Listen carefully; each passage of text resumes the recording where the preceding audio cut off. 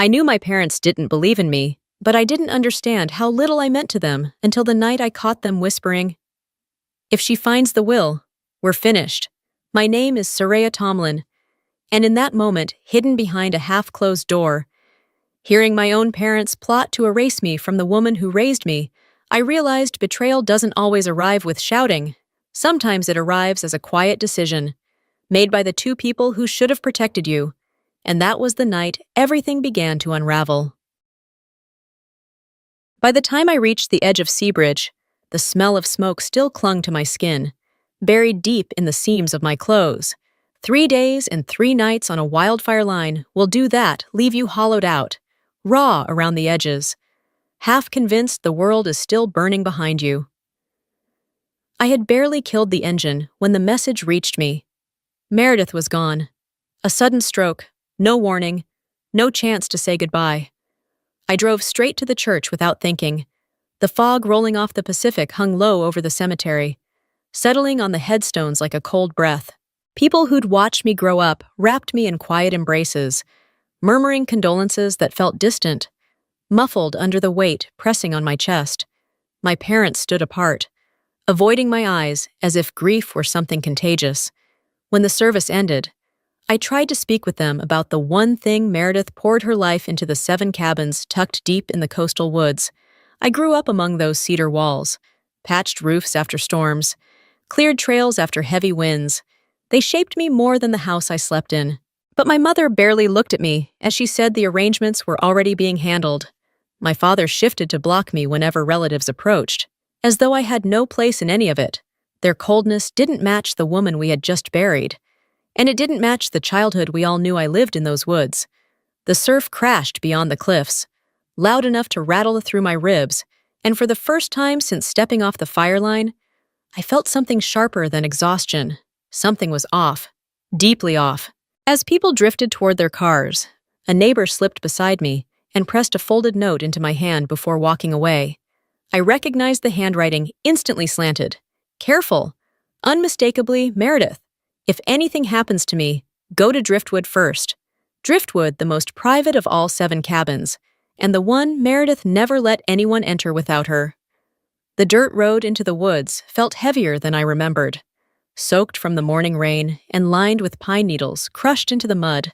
As I drove deeper, the familiar curve of the trail opened into the small clearing where the cabins sat. 6 of them glowed softly, their porch lights flickering like tired sentinels. But Driftwood lay in complete darkness, a shadow among shadows. The new lock was the first blow. It gleamed too brightly against the old cedar door, and the moment I touched it, a cold knot formed under my ribs. Meredith never replaced anything unless absolutely necessary. Seeing that lock felt like someone had placed a stranger's handprint over her life. I circled to the side window she once showed me how to unlatch, slipped my fingers under the frame, and pushed it up. The smell inside hit me instantly: disturbed dust, damp wood, and something metallic beneath it all. The place was overturned in a way that had intent, not chaos. Drawers partially opened, as if someone got interrupted mid-search. Dust swept into long, uneven strokes. A heavy cedar table, which had practically been fused to its spot for decades, was shoved a few inches off-center. Even the rug was twisted, bearing the unmistakable imprint of a boot thick with coastal mud. Meredith kept this cabin the way some people keep a diary. Private, pristine, sacred. Seeing it violated made something twist inside me. A loose bulb swung from the ceiling, creaking slightly, catching the faint breeze seeping through the cracks. I crouched near the table, running my fingers along a deep drag mark on the floor where something large had clearly been pulled. Then footsteps creaked across the porch. My pulse jumped. I straightened, bracing myself, half expecting my father's shape to fill the doorway. But when the door opened, it was Mr. Calder. His face held the exhaustion of someone who'd carried a secret too long. "You got here later than she hoped," he murmured. He handed me a forest map, edges soft from wear. One corner driftwood was circled in red, marked with Meredith's bold lettering, "Keep safe." He lingered before leaving, lowering his voice. "She went to see an attorney in Portland the week before she died. Said she needed to fix something." The words settled over me like fog. Something wasn't just wrong, it was being covered. I hadn't made it far down the path when a woman stepped out from her porch, clutching a gold envelope. She lived closest to the cabins, the kind of neighbor who brought soup after storms. Her hands shook as she pressed it into mine. Explaining Meredith left it for me, but the funeral had been too chaotic. Inside was a single line of handwriting that tightened my throat. "If I'm gone, look for what's missing in Driftwood. You'll know what's right." The words stalked me all the way back to the cabin. By dusk, I returned determined to search every inch. But even before I reached the steps, I felt it. The air around Driftwood wasn't still. The wind chime near the beam trembled as though someone had brushed past moments earlier. A fresh boot print sat in the wet soil at the base of the stairs, larger than mine. Not Calder's, not anyone I could place. Inside, silence pressed against the walls. My flashlight caught the outlet cover hanging by a single screw. Copper wires exposed. Someone had dug through the walls. Someone searching for something hidden. Not for valuables. Then a harsh glare cut across the cabin headlights, sweeping through the trees. An engine rumbled. Tires spit gravel. I ran to the porch just as a truck shot down the dirt road toward the highway.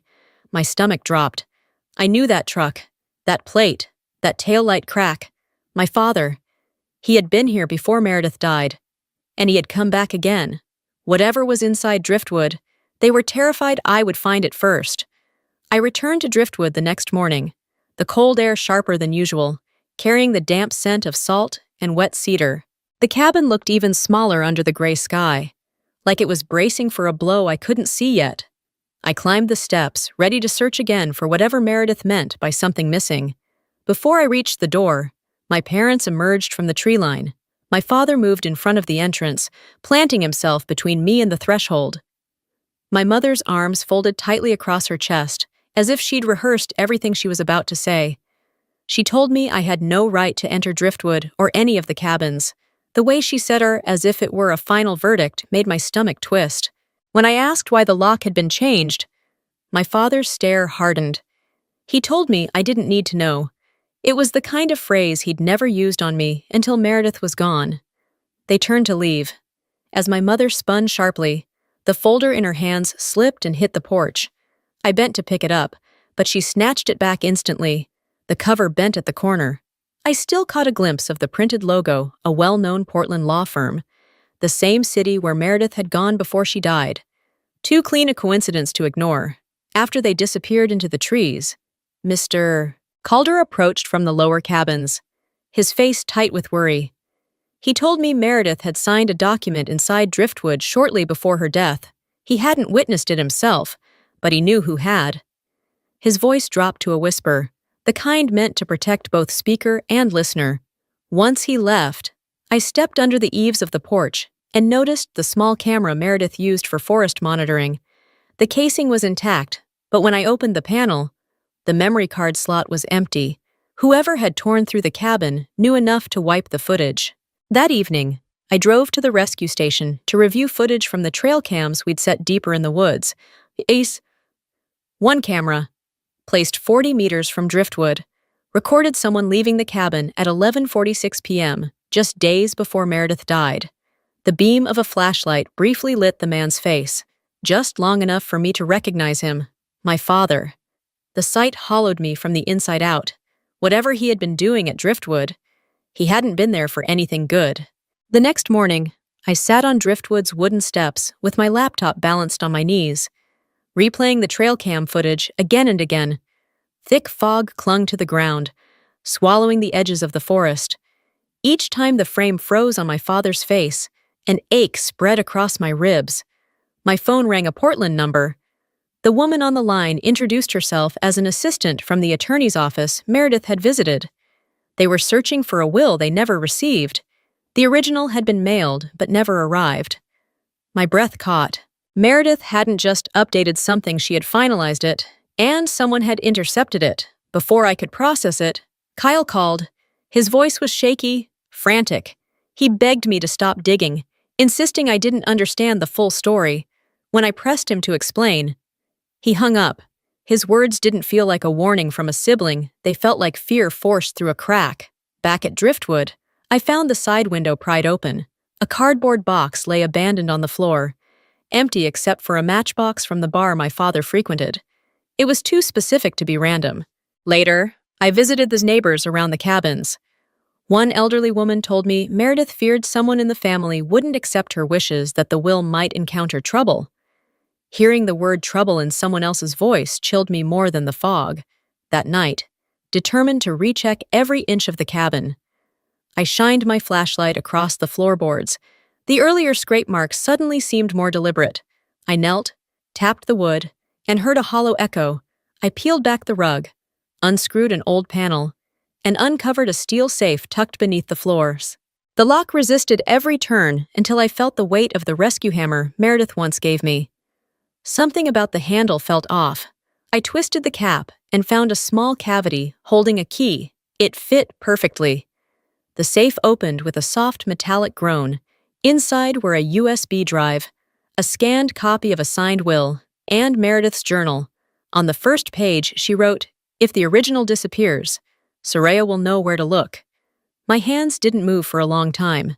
Everything I feared and everything my family tried to bury was finally staring back at me. I drove to the law office the next morning with the USB, the scanned will, and Meredith's journal weighing down my bag like pieces of a truth I wasn't ready to face. Fog draped the streets so thick it swallowed the rooflines, and for a moment I felt as if Seabridge itself was holding its breath. Crane read through the Portland documents in silence. When she finally looked up, her expression had sharpened. She told me the will had been properly signed, and that its disappearance wasn't accidental. The floor seemed to tilt beneath me. Before I could speak, Reddick stepped inside. He seemed older than the last time I'd seen him. His eyes clouded with something heavier than grief. He said Meredith had asked him to witness her signature. He'd signed without hesitation because she told him I was meant to have authority over the cabins. His certainty carved a hollow in my chest. Crane handed me a printed email next Meredith, writing that if the cabins ever stopped serving the community, I should take full control. The line about not everyone in the family understanding their value burned through me. On my way out, a town clerk flagged me down with a repair invoice. It was filed under Meredith's name, but paid by my father weeks before she died. There was no legitimate reason for him to touch driftwood. Back at the cabin, a white envelope waited on the door. It carried the Portland firm's return address, my parents' firm. Inside was a notice demanding I vacate the property within 48 hours or face a trespassing suit. The ocean's roar behind me felt like the ground opening. My own parents were preparing to drag me into court. I didn't leave. I couldn't. The evidence was finally forming a shape, and I wasn't about to let anyone tear it away. That night, the woods pressed close, wind scraping the cabin walls like restless hands. A sudden sweep of light cut through the trees. I killed the lantern and held my breath. Footsteps hit the porch heavy, determined. A shadow stretched across the wall. The doorknob rattled hard. The wooden bar held, and after a tense moment, the intruder retreated. At dawn, Calder arrived looking like he hadn't slept. He said Meredith once warned that certain people wouldn't stop after she was gone. When I asked who, he hesitated before admitting it my own family. Later, Kyle showed up, jittery and smelling of beer. He whispered that our parents were making dangerous choices, that I needed to be careful. When I pressed for details, he folded torn between fear and loyalty. Toward evening, I found fresh tire tracks behind driftwood, too deep, too deliberate. Someone had searched for another way in. That night, as I bolted the door, a postal worker delivered a summons, a hearing in 5 days. My parents were petitioning to claim all 7 cabins and to stop me from interfering. My hands shook as I read it. This wasn't confusion or grief. This was a war. The oil lamp on Meredith's old table flickered as I opened the safe, its light trembling the way my hands did. The key from the rescue hammer was still cold in my palm, heavier now that I knew what it unlocked. Inside were 3 items simple, but enough to tear every lie wide open. First, a USB drive labeled in her handwriting. Second, a scanned copy of her will, complete with her signature, 2 witnesses, and a Portland notary stamp. Third, her journal, the pages soft and worn, holding a line that hit me like a blow. If the original disappears, Soraya will know where to look. My pulse pounded as I turned to the final page of the scan. Meredith had written, "If the cabins fall into the wrong hands, the legacy dies." She had seen this coming. When I played the audio on the USB, her voice filled the cabin explaining why she chose me, why she feared the cabins would be sold to cover debts, why they belonged to the community, not the family. Her words burned through every story my parents told. Then I noticed it. The dust on the safe handle was smeared in a direction that wasn't mine. Someone had tried to open it before. As I flipped through the journal, a plastic sleeve slipped out a second signed copy of the will, with a note, "If the first is taken, this proves the truth." My breath caught. Meredith hadn't hoped I'd find this. She expected I'd have to, the morning of the hearing. I walked into the Tillamook County Courthouse still in my rescue uniform, not to make a statement, but because it was the only thing that made me feel steady. My parents sat across the room. My mother kept her eyes fixed on the floor, while my father held his posture rigid, as if the whole town were watching his every move. The judge entered, flipping through the preliminary paperwork. His expression was unreadable, almost bored, until my parents' attorney launched into their version of the story. According to them, there was no will. I had trespassed. The cabins belonged solely to the Tomlins under default inheritance law, and every document I possessed was fabricated or irrelevant. Hearing those claims, so deliberate and polished, sent a cold wave through my chest. They weren't confused, they were prepared. Crane rose from her seat, calm as ever, and began peeling back the truth layer by layer. First, the trail cam image of my father leaving Driftwood near midnight. Then Meredith's voice on the USB, recorded the week she met with her attorney. After that, testimony from Portland confirming she'd signed her will. Crane placed Meredith's email on the table next, outlining her intent that I manage the cabins if they were misused. Then came the journal entry, noting where to look if the original went missing. Finally, the scanned, notarized will itself. Each piece tightened the air in the courtroom, pulling every lie taut until it trembled. The judge lifted the scanned will, pushing his glasses up as he reread a specific line granting full authority over the cabins to me because I understood their purpose better than anyone. He looked at my parents, then at me, and a small laugh escaped him, not mocking, just the sound of a puzzle snapping into place. "Well, this is interesting." A hush fell over the room, like everyone had inhaled at once and forgotten how to exhale. When the judge asked my parents to explain the missing original, silence spread across their table. My father's gaze dropped to the wood grain. My mother's hand tightened around his, trembling. The ruling came swiftly. All plans to sell the cabins were frozen. Temporary control was granted to me. A formal investigation into the missing will would begin immediately, and my parents were barred from the properties until the case concluded. For the first time in weeks, I felt my lungs fully expand. It wasn't triumph. It was relief, the heavy, aching kind that leaves you tired down to the bone. I returned to Driftwood the next morning, the forest still soaked in a soft layer of mist. The first light slipped through the branches in thin gold ribbons, touching the cabin like a quiet blessing. It felt different now, lighter somehow, as if the weight it had been carrying for weeks had finally lifted.